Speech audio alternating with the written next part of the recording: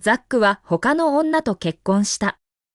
周りの招待客たちは拍手し、この金わらべ玉女を称えた。ルナは優雅に年配者たちに挨拶し、一挙手一投足が上品さの極みだった。これこそザックの妻にふさわしい姿だ。私はその光景を背にし、心穏やかに人並みと逆らって歩いた。搭乗ロビーに座ると、携帯が数十件のメッセージと未接通話で光った。最も目立つのは親友からのメッセージだった。ザックがあなたを見つけられず、花嫁を結婚式の壇上に置き去りにした。頭を上げると、ザックがロビーに突如入ってきた。誰の制止も無視し、まるで私が今すぐ消えてしまうかのように焦っている。彼はポケットからダイヤモンドリングを取り出し、通路でひざまずいた。前のリングをなくしちゃったザックは私の手を握り、充血した目で訴える。怒らないで。新しく買ったよ。かつてプライドフルだった男が、今では一枚のダイヤモンドリングさえ守れないのだ。私は静かに言った。ロングさん、リングは必要ないです。スコットさんの指にはめてください。セキュリティに連れ出されると、リングは床にカチャンと落ちた。機内から窓の外を見ると、ザックは思いっきり泣いていた。私は振り返らなかった。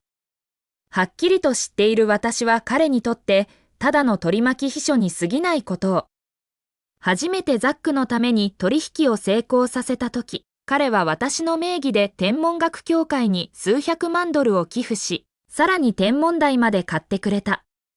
彼は手すりにも垂れかかり、細い手でギフトボックスを差し出した。開けて。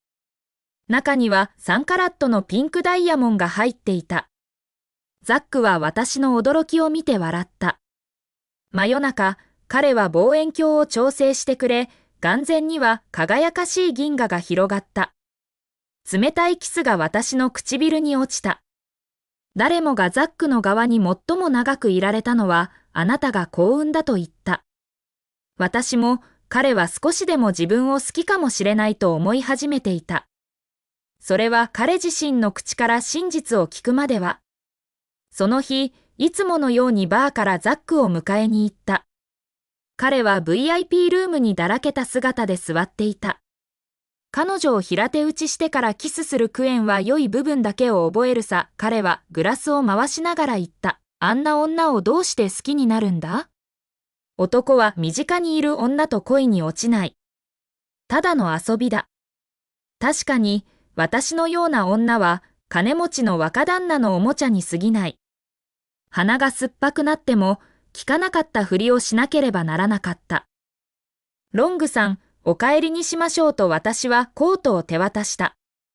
個室のドアが閉まる瞬間、その嘲笑的な視線たちが遮断された。ザックは冗談だと言い、真面目に受け取らないでと言った。彼は私が必ず許してくれることを知っていた。ザックは私の肩に頭を寄せた。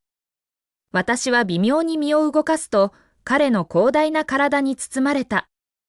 怒らないでと彼は頭を回し、私の耳にそっとキスをした。私は正酒スープを器に注ぎ、話題を変えた。これを飲んで休みなさい。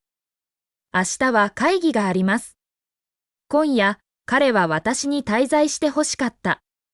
彼の熱い手のひらが私の腰に置かれ、意図的に肌を撫でた。部屋の温度が上がるかと思いきや、一連の着信音で凍りついた。彼の女優のミストレスからの電話だ。ザックは不機嫌そうに眉を潜めて電話を切った。うざったいな。彼はその関係を断とうとするが、すぐに新しい関係を始めるだろう。ザックはミストレスを次から次へと作り出すが、本当の感情は生まない。私に送ったダイヤモンさえ、権力と富を象徴する左手の親指にはめていた。この失望感は一生酒を飲むようだ。彼は一口で止めるが、私は酔いつぶれるまで飲み込む。彼に真の感情がないわけではない。ただ、愛が足りないだけ。私は特別な存在ではない。ただ、いじめやすいだけだ。私は子供時代からザックの追従者だった。ロング家に仕えることは癖之助の伝統だ。父は昔、若い時にロング家に救われ、それ以来30年間運転手として働いていた。私が言うことを聞くから、ロング夫人はザックの世話を任せてくれ、それ以来、私は彼と一緒に学校に行くようになった。ザックは優しく上品な見た目をしているが、実は相当いたずら好きだった。いつも私をからかうのが好きだった。水を汲んであげる、サボった時に隠してあげる、朝食を持ってあげる、これらは些細なことだった。ザックは潔癖症だった。着たことがある着ていないのを問わず、すべての服は私が手洗いすることになっていた。冬は洗濯のせいで手にチャックができ、水に少しでも触れると激しく傷んだ。彼の友達は私を専属メイドとジョークで呼んだ。ハンサムな顔のザックは多くの女の子の心を捉えていた。毎日愛の手紙が山のように届くが、彼は一度も読まなかった。たまに気が向くと、一つ一つ声を出して読ませることがあった。手紙の中からランダムに女の子を選んでデートし、母の命令で、私はその場面にも同行しなければならなかった。すぐに私は彼の崇拝者たちの仮想敵になった。彼を愛しても手に入れられない女の子たちからのいじめは、すべて私に向けられた。ザックは見ていても、一度も止めようとしなかった。最初は怒りや怨恨を感じたが、後には沈黙で応じるしかなくなった。なぜなら、私はザックを愛してしまったから。担任の先生はよく、あなたは一生男の周りを回るだろうと言った。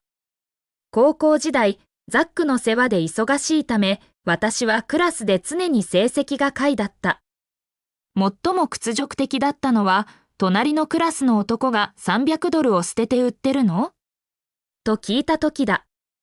ザックは彼を血まみれになるまで殴った後、恥ずかしいと私に言った。この事件がロング夫人の耳に届くと、二人は書斎で一晩中喧嘩した。若かりしザックが出てきた時、顔には紫色の手形が残っていた。私が薬を塗っていると、彼は頑固な目を見つめた。離れるの？と私の手首を強く握った。答えは明らかだった。その日からザックは私の勉強を教え始めた。私はまた他人が見る彼の姿を一別見た。学業優秀で感情が安定し、以前とは全く違う人になっていた。薄い日差しが若いザックの方に落ち、彼は私の答案用紙を持って明るく笑った。成績がだんだん上がってきたね。いいね。その瞬間、私はザックに心を奪われた。それ以来、私は深く絡み合って抜け出せなくなった。ザックのために嫌いな理系を選んだ。彼を失望させないため、夜も寝ずに勉強した。卒業後は天文学を捨て、金融に没頭し、ついに彼のそばに立つことができた、たとえ秘書としてだけでも。クエン、休んでは？私が雇ったインターンのアシスタント、フェイが心配そうに聞いた。起き上がろうとすると、めまいがした。この数年、ザックの仕事を手伝うため、頻繁にオーバーワークし、接待に参加して食事が不規則になり、胃腸病を患っていた。こんな都合の悪い時に発作が起きるとは思わなかった。フェイは今日は特別な予定がないので、会社で休んでもいいと言った。私はうなずき、机に頭をつけた。薬の副作用でまぶたが重くなり、眠りに落ちた。ザックが怒ってラウンジのドアを開けた音で驚いて目を覚ました。クエン、なぜ現地調査に行かない？彼はスケジュールを変更したが、私はメッセージを受け取っていなかった。すみません、クエンさん。休みたいと言っていたので、携帯を充電させておきました。フェイは涙ぐみながら携帯を手渡した。ロングさん、私のせいです。クエンさんとは関係ないです。私は携帯を取り、焦って言った。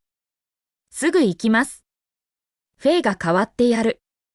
これからはついてくる必要はない。ザックは冷たく言った。この話を聞いて、私はこの若いアシスタントを見つめた。純粋な見た目は無邪気な花のようだった。明白了と私はうなずいた。出し抜かれたのだ。言い返すことは何もない。この女はまさにザックが好きなタイプだ。フェイはすぐに新しい長寿になった。かつての私のように注目の的になった。ロングさん、成功を祝って遊園地全体を貸し切ってくれたわ。フェイは嬉しそうに宣言した。今夜みんな招待されてる。と私に笑いかけた。クエンも来るよね。私は謝罪するように頭を振った。今夜は約束があります。度量が狭いと言われても仕方ない。実際、ロング夫人が呼び出していたのだ。ロング家の屋敷に踏み込むと、息苦しい雰囲気に包まれた。ロング夫人は広大なホールに座り、笑顔の裏に歯が隠されているような雰囲気だった。ザックと親密に働く可愛い若い女の子がいるそうねと彼女はふわりと扇子を仰いだ。私は尋問を受ける兵士のようだった。新しいアシスタントです。とても有能です。クエン、私はいつもあなたを信頼しているわ。ロング夫人は私の手を取り、目には笑みが届かない。ザックの若気の至りは多めに見てきたけれど、彼も年を取ってきたわ。良い家庭のお嬢様を何人か選んだの。あなたの意見を聞きたいわ。彼女は数枚の写真を広げた。一枚一枚、ますます美しい女の子が写っていた。心の人の未来の妻を選ぶなんて、これ以上滑稽なことはない。ロング夫人は、私とザックの関係については一向に問題にしなかった。私は管理可能だったから。だがフェイは？変数が大多すぎる。ロング夫人はそれを全然気に入らなかった。ロング夫人が聖人君子の演技をするなら、私が悪役を演じなければならない。